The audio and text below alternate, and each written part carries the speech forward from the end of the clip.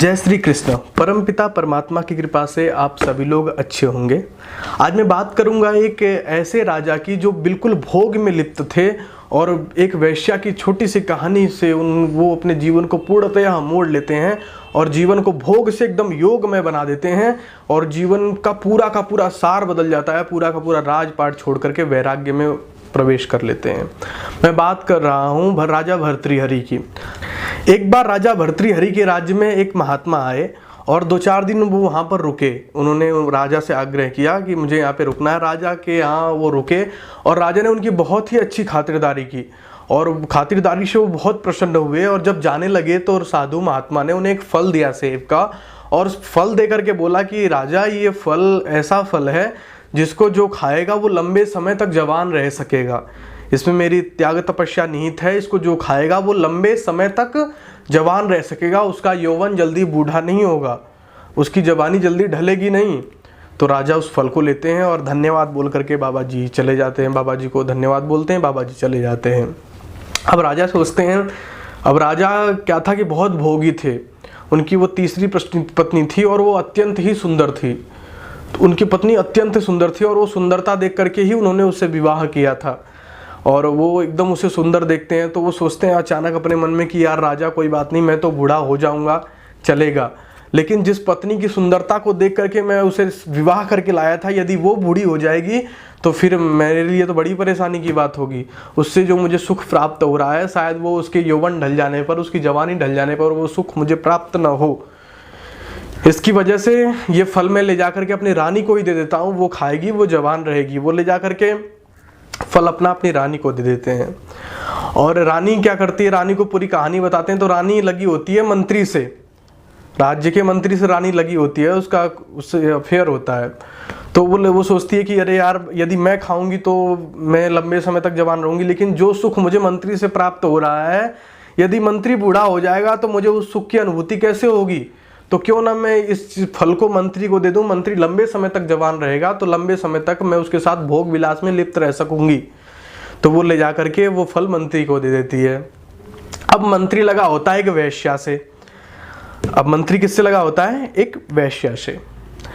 अब वो सोचता है कि यदि यार इस फल को मैं खाऊंगा तो मेरे को क्या फ़ायदा, लेकिन यदि जो वेश्या है जिससे मैं इतना अत्यंत प्रेम करता हूँ, जिसके साथ मैं रात दिन बिता रहा हूँ, यदि वो वेश्या खाएगी तो वो लंबे समय तक जवान रहेगी और उससे मिलने वाले यौनांग के जो सुख हैं वो मुझे लंबे समय तक प्राप्त होते रहेंगे। वो सोच करके ले जा करके वेश्या को दे देता है। जैसे ही वेश्या के हाथ में फल जाता है, वेश्या सोचती है कि अरे यार इन्हीं कामों में पूरा जीवन बीत रहा है, यदि इस फल को खाती हूँ तो और ये घटिया ज़िंदगी जीनी पड़ेगी, 2-4-10 साल तक यही सारे काम करने पड़ेंगे मेरे को। वो सोचती है और वो सोच के कहती है कि यदि इस फल को मैं खाऊंगी तो इन्हीं गंदे कामों में लिप्त रहूंगी। यदि यही फल मैं ले जाकर के अपने राजा को दे देती हूँ तो राजा हमारे लंबे समय तक प्रजा की सेवा कर सकेंगे। वो ले जा करके राजा को फल दे देती है। जैसे ही राजा फल देखते हैं, राजा एकदम आश्चर्यचकित हो जाते हैं। फिर तुरंत पूछते हैं कि आपको ये फल कहाँ से मिला। तो उन्होंने कहा कि मुझे ये फल मंत्री ने दिया है। तो उन्होंने सोचा होगा कि मंत्री ने कहीं से चुरा अधिक के दे दिया होगा रानी से, तो उसको धमकाया। तो उसने बताया कि ये फल मुझे रानी ने दिया है। जैसे ही वो फल ये बात सुनते हैं, उनके पांव तले जमीन खिसक जाती है और तुरंत का तुरंत वो राज्य छोड़ देते हैं। और उन्हें ऐसा वैराग्य का भाव जागृत होता है कि वो जाकर के सीधे वैराग्य शतकम नामक एक सुंदर पुस्तक की रचना करते हैं। जब वो इन घटिया कामों में होते हैं, जब इन कामों में लिप्त होते हैं, वो भोग वासना में ज़्यादा लिप्त रहते हैं, राज्य का संचालन सही से नहीं कर पाते हैं, तो उन्होंने एक किताब लिखी श्रृंगार शतकम। लेकिन जब वो वैराग्य में आते हैं तो किताब लिखते हैं वैराग्य शतकम। और वैराग्य शतकम उनकी बहुत ही सुंदर रचना है, आप चाहें तो बिल्कुल पढ़ सकते हैं। और उन्हें दुख हुआ, उन्होंने सब कुछ छोड़ा और वैराग्य में आए, जीवन को समझा। एक वेश्या के कारण एक उनका जीवन किस तरीके से परिवर्तित होता गया और उनकी साथ जो घटना घटित हुई वो कैसी घटना घटित हुई। मैं आपको कहना चाहूँगा कि देखो, दुनिया में जब भी हम किसी से भी उम्मीद लगाए बैठे हैं, यदि हमें दुख की अनुभूति होती तभी है जब हम किसी से दुख लगाए बैठे, आस लगाए बैठे हैं। यदि जिस दिन हम किसी से आस लगाना छोड़ देंगे, किसी से उम्मीद करना छोड़ देंगे, उस दिन हम दुखी नहीं होंगे। हमने उम्मीद की, पिछली की वीडियो में मैंने बताया था, यदि हमने उम्मीद की अपनी पत्नी से कि पत्नी ऐसी होनी चाहिए, ये ऐसी होनी चाहिए, ऐसी होनी चाहिए, ऐसी होनी चाहिए, अच्छा पत्नी वैसी नहीं निकली तो हम दुखी हो जाएंगे तत्काल, हैं। हम चाहते हैं कि साहब समाज में हमारी बड़ी पद प्रतिष्ठा हो, लोग हमारी पूजा करें, लोग हमारा यश कीर्ति गाएं, लोग हमारे गुणगान गाएं। ऐसा नहीं हुआ तो फिर हम दुखी हो जाते हैं। हो जाते नहीं हो जाते हैं? बेटा ऐसा होना चाहिए, बेटा ऐसा नहीं हुआ तो हम दुखी हो जाते हैं। नंबर ऐसे आने चाहिए, नंबर ऐसे नहीं आए तो हम दुखी हो जाते हैं। जहां भी हमने उम्मीदें पाली हैं वहीं हम पाएंगे कि हम दुखी हैं। भर्तृहरि ने सोचा ना कि आज के बाद ना तो पत्नी से कोई राज, तुरंत महल भी छोड़ दिया, महल भी छोड़ दिया। मैं सबके जीवन के लिए संकेत करना चाहूंगा कि देखो किस प्रकार भोग से जीवन वैराग्य में आया। यदि आपको भी जीवन में क्या है कि वैराग्य, आप घर परिवार न छोड़ें, ऐसा कुछ न करें, लेकिन जीवन में यदि सुख शांति की अपेक्षा यदि आप अपेक्षा करते हैं तो आपको चाहिए कि आप दुनिया से अनावश्यक चीज़ों की उम्मीद करना बिल्कुल बंद कर दें।